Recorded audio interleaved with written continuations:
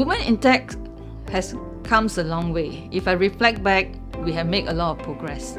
And all this, we must thanks to the women in tech and also the men who is our allies. I think it's very important to celebrate the success of where we are today. I was born and brought up in a Chinese family where my father is a main bread earner. I was never taught to have ambition. Sometimes when I tell my mother how hard I work, she always replies, "You're a girl, it's okay to be mediocre. Don't make life too hard for you." But somehow I was still rebellious and competitive. Many people used to call me 假小子, which means fake boy, because I didn't really behave like a girl who was supposed to be obedient, quiet, and always go home early at night. I had the opportunity to relocate as my partner was shifting to Singapore, and I started looking for international opportunities. I researched the market, that what are the most interesting careers, and cybersecurity came as one of the most interested and the most happening industry. I started my career as an admin in the customer service and support department. And if I look back, I must say that I'm pretty brave then, right? I'm surrounded by all the male engineers who is highly talented and skilled. I'm very fortunate to have a manager who understands about equity. Through my journey with him, he actually encourages me to learn about tech and even coach me how to the extent that I'm able to configure, initialize a machine. And through his sponsorship, the company actually kind of sponsored me for my degree. And that allows me to be where I am today. Life changed when I was given the opportunity to further my studies in Singapore, and eventually I settled here. I began to realize that women can be equally confident and ambitious at workplaces and pursue the careers they want. I don't have to get married and give birth before a certain age as expected by traditional family values. And I won't be asked about my life choices, such as if I plan to have children in the next few years at job interviews. Spanning over 18 years, various companies, various roles, technical support, sales, communication trainer for the past close to 10 years as a people manager. It's been quite a journey, as I said, but continuing to do what I want without not really giving too much heed to other people's opinion, I think that has played a major role. In addition to, of course, the support that I received from family and well-wishers. It may sound simple, but I personally think that inclusion is the hardest to quantify and measure. It is a mindset shift. We're talking about creating a respectful and safe work environment, having senior leaders being open and committed to driving inclusion. Inclusion means that the community is welcoming, open to have me to be involved in activities, and team members would hear me out and allow me to have a safe space to make decisions. Inclusion is a value that I held on dearly, as I believe if you want to go fast, go alone. If you want to go far, go together.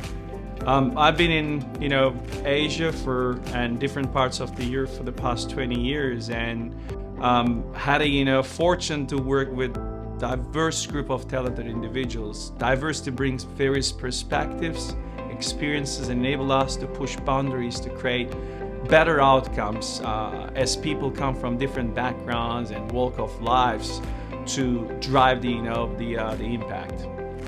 And ultimately, this essentially, enriches the culture and capabilities of the organization, and that's why it's one of our core values.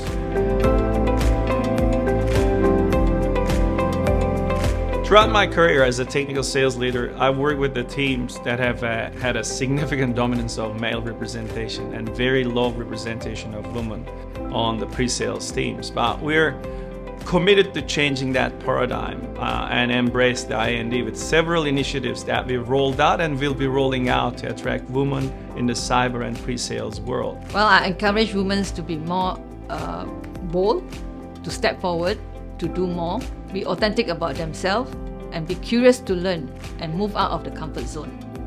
For example, joining Palo Alto to me is really moving out of my comfort zone.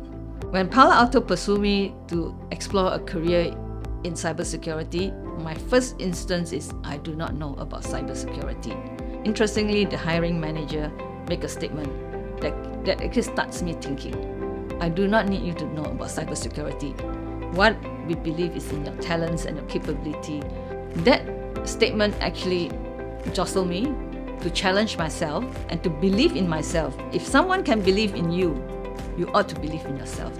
I'm proud of my company because we practice real gender equity here. We're a fair pay company. This has been verified by external audits year over year. Despite the fact that gender inequality is still observed in many APAC countries, our women employees in the region have a strong voice. Through our ENG, the Women's Network Community, we create an inclusive environment for not only women employees, but also allies to support and learn from each other. The WNC also plays a vital role in influencing the D&I decisions at organizational level. Lean In is a US-funded organization that exists since early 2000s. It's now present in 180 countries. The mission of Lean In is to help women to achieve their ambition and to work to create an equal world. It started in 2019 in Palo Alto network with only 5 members in Singapore. But today we have a big circle, around 70 plus members, plus our allies in the whole JPAC region. We also have several subgroups across ANZ, India, Greater China. So we meet once per month and we build discussion around a topic that is resonated by most of the people, with action points at the end of the discussion. We also invite allies to join us once in a while to provide different perspective. Some of the latest topics would include getting comfortable being uncomfortable, centered leadership, and owning the room.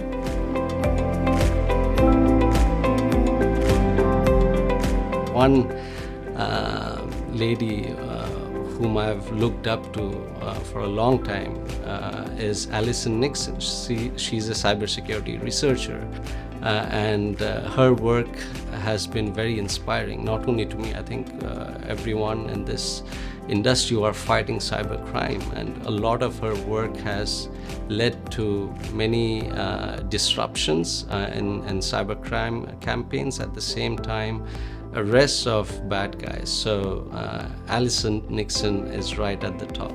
The first person comes to mind is Malala, who has done wonders to support female education. She has been a powerful advocate for girls' education and women's rights, inspiring millions of people worldwide with courage and determination. She is the North Star for me when it comes down to true advocate and a role model.